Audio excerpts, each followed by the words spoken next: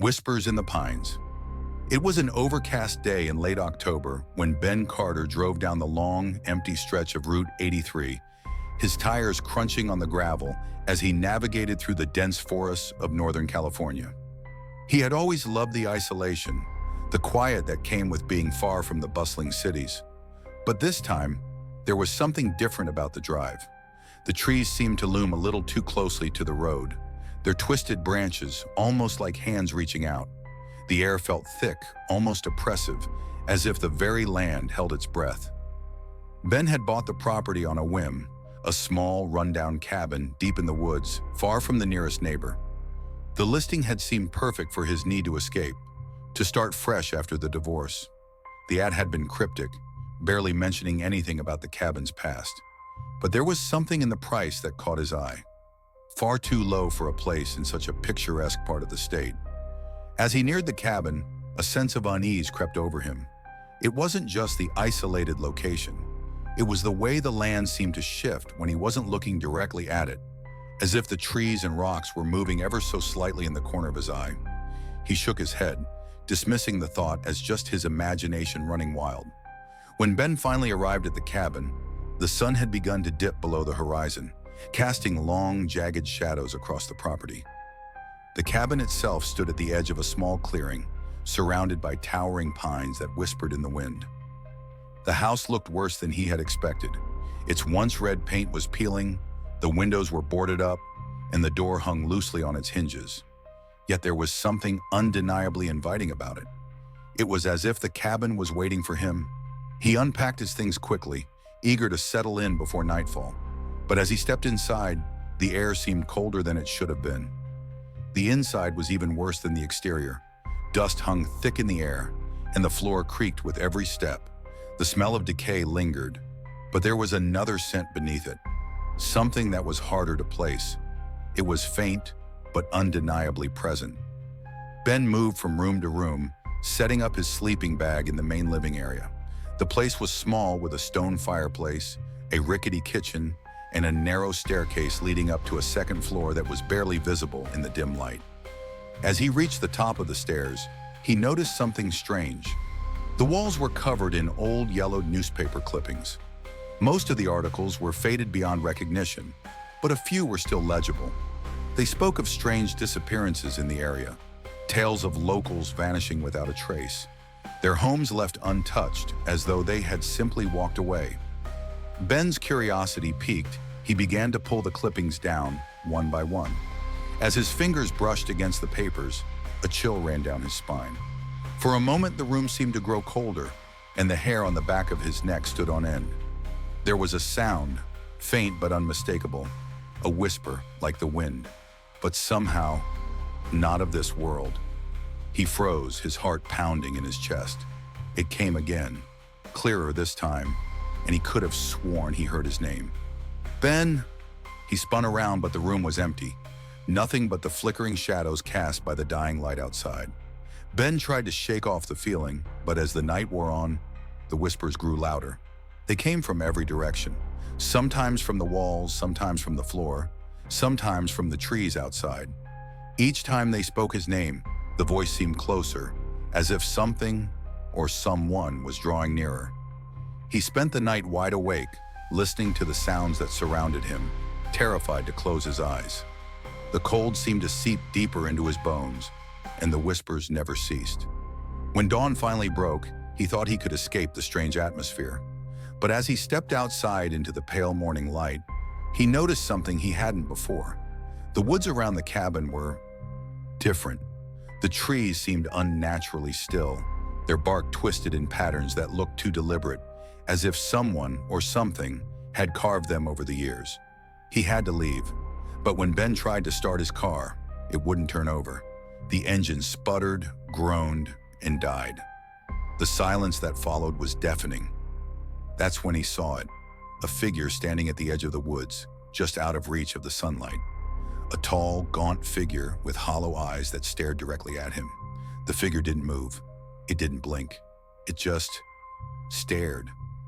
Ben's breath caught in his throat as the whispers returned, louder this time, like a chorus. He could feel the presence all around him, closing in, And then, in a voice that wasn't quite human, it spoke. "Stay with us, Ben. You're one of us now." Ben stumbled backward, his heart pounding in his chest as the figure in the woods remained motionless. He squinted, trying to make out more details, but the figure was nothing more than a silhouette against the trees. Its head was tilted slightly, unnaturally so, as though it were observing him. The air around him grew colder, the temperature dropping rapidly. Ben could see his breath, despite the early morning sunlight, filtering weakly through the trees. The whispers, once distant, were now all around him. 1,000 voices murmured in unison, but none of them seemed to be speaking directly to him, except for that one, the one that had called his name. "Stay with us, Ben. You're one of us now." The voice seemed to come from inside his own mind, echoing with a strange guttural resonance. It was too much. His hands shook as he fumbled with his car keys, trying desperately to start the engine. The car sputtered again, and then silence. His gaze flicked back to the figure. It was still there, only now it was closer. Ben's heart raced as his instincts screamed at him to run, but his legs felt heavy, unwilling to move. His thoughts were clouded with fear, and the air around him grew even colder. His body felt as though it were being weighed down by something invisible, something old and ancient that had lingered in this place for far too long. Suddenly, the figure stepped forward, its long, spindly limbs moving with unnatural fluidity. Each step seemed to distort the very air around it, bending the light and shadows in ways that made Ben's head spin. "Ben!" The whisper came again, clearer this time, like it was right behind him. He turned around, but there was no one there. The woods were still. The figure, too, had disappeared, vanished without a trace. The trees, once towering over him, now seemed to close in, their branches reaching for him like skeletal fingers. Panic surged through Ben as he realized the figure hadn't just disappeared. It had been a trick of the woods, a trick of the land, and now he was trapped. A low groan escaped from the cabin behind him. Ben whipped his head around, his pulse racing. There was something inside, something alive. The cabin, which had once seemed merely dilapidated, now seemed to breathe, as if it were a living thing.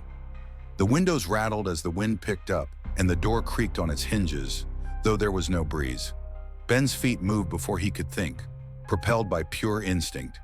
He ran toward the cabin, his breath coming in ragged gasps. But as he reached the porch, something stopped him. A voice, not in his head, but real, coming from the darkness inside the house. "Ben, you're home now." Ben's blood ran cold. The voice was familiar, but he couldn't place it. It was soft, almost a whisper, but unmistakably human. And it had said home. Ben stumbled backward, his heart pounding in his chest as the voice seemed to hang in the air, wrapping around him like a heavy fog. "Home now?" The words echoed in his mind, and his feet felt glued to the ground. He wanted to run, to escape, but the cabin, the land itself, felt like a magnet, pulling him back in. It wasn't just a house, it was alive. He could feel it watching him, waiting for him to make a move. The door creaked open slowly as though inviting him to enter. The darkness inside seemed to pulse, as though there was something moving just beyond the threshold, something that had been waiting for him to arrive. "Ben," the voice called again, softer now, almost coaxing. "You're one of us. Come inside." He hesitated, looking around the clearing. The woods stretched out endlessly in every direction, and the air was thick with something ancient and malignant. He had come here for peace, for solitude, but now the very land around him seemed to reject that idea. The whispers, still faint but relentless, seemed to swirl in the wind. And then he noticed it. The figure from earlier, the one with the hollow eyes, was standing once again, just beyond the edge of the trees. This time, it wasn't still. It was moving, its long, spindly legs carrying it closer to the cabin, its head tilted to one side as it stared directly at him. Ben's heart skipped a beat. He didn't know if it was real, if his mind was playing tricks on him, but it was there, standing in the shadows. Its eyes were black, featureless pits that seemed to devour the light around them. The figure took another step toward him. Without thinking, Ben bolted. His legs moved faster than they ever had before, his feet pounding against the dirt. But as he ran, the ground beneath him seemed to shift. The trees closed in, their branches reaching out like tendrils, and the whispers grew louder, angrier. He could hear his name being screamed in unison from all around him. Ben, come back. You can't escape us. His breath came in short gasps as he ran, his mind racing with thoughts of how to break free from this nightmare. The woods were closing in, the trees bending in unnatural angles as though they were closing a trap around him. His foot caught on something and he stumbled, falling to the ground with a sharp grunt. The earth beneath him felt cold, almost alive, like it was pulling him down into its depths. As he scrambled to get up, he heard a sound, soft, almost imperceptible, behind him. A whisper. He turned his head, and there it was again. The figure. It was closer now, standing just beyond his reach, its long, shadowy limbs stretching out toward him. Ben! The voice was soft, coaxing, yet laced with a sense of finality. You are ours. Ben's mind was a whirlwind of thoughts. He had to get out, but the path before him was disappearing. The trees were moving, shifting in ways that defied logic. It was as though the woods themselves were alive, and they were trapping him. There was no way out.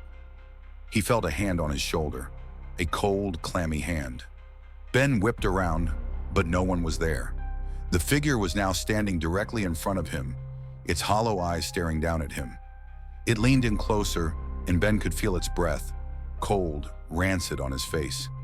Stay with us, it whispered. You belong here. Ben's heart thudded painfully in his chest. His body screamed to move, but his limbs were frozen. It was as if the very air around him was thickening, pressing in on him from all sides. Suddenly, there was a loud crack, followed by the sound of something breaking. The figure stepped back, disappearing into the shadows, and Ben's vision cleared. He looked around in a daze, unsure of what was happening. The world seemed to bend and twist before his eyes, like a dream he couldn't wake up from. The woods were silent. Then a voice, familiar, comforting, cut through the silence. Ben!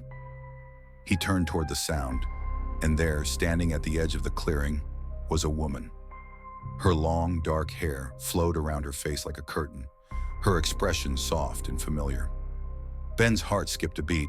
It was Emily, his ex-wife. Emily? His voice was shaky, barely a whisper. How are you here? She smiled gently, but there was something off about her. Her eyes, they were dark, too dark, almost black. You came here to escape, she said softly, but you can't escape what you are. Ben's breath caught in his throat. He stepped toward her, but as he did, the ground seemed to shift again. The woods began to close in once more, the trees pulling inward, their branches twisting like fingers, trapping him in the clearing. Ben, it's time to come home, Emily said, her voice soft, coaxing. You've always belonged here. Before he could respond, the earth beneath him cracked open, and Ben fell, his body plummeting into the darkness below.